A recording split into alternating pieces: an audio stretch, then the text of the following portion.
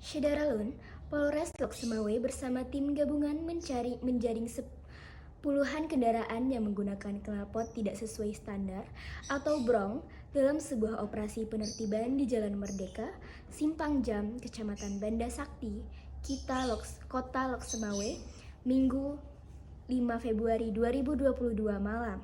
Petugas berhasil menjaring 34 sepeda motor.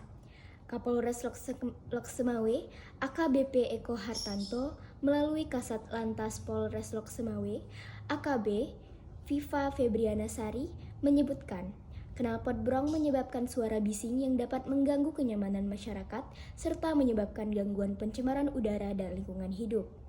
Penggunaan knalpot tidak sesuai standar ini melanggar pasal 285 ayat 1 Undang-Undang Nomor 22 Tahun 2009 tentang LLAJ.